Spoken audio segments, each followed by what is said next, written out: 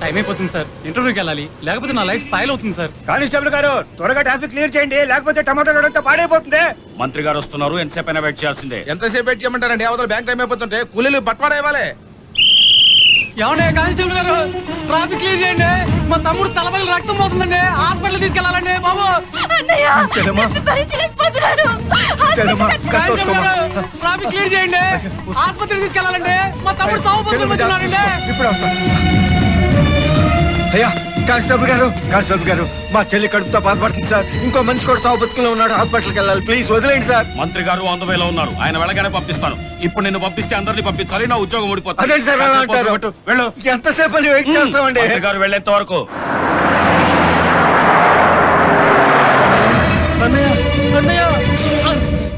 తమ్ముడు తమ్ముడు తమ్ముడు తమ్ముడు రే ట్రాఫిక్ కోలారా, మీ నిబంధనలు మా తమ్ముడిని చంపేశారా రే.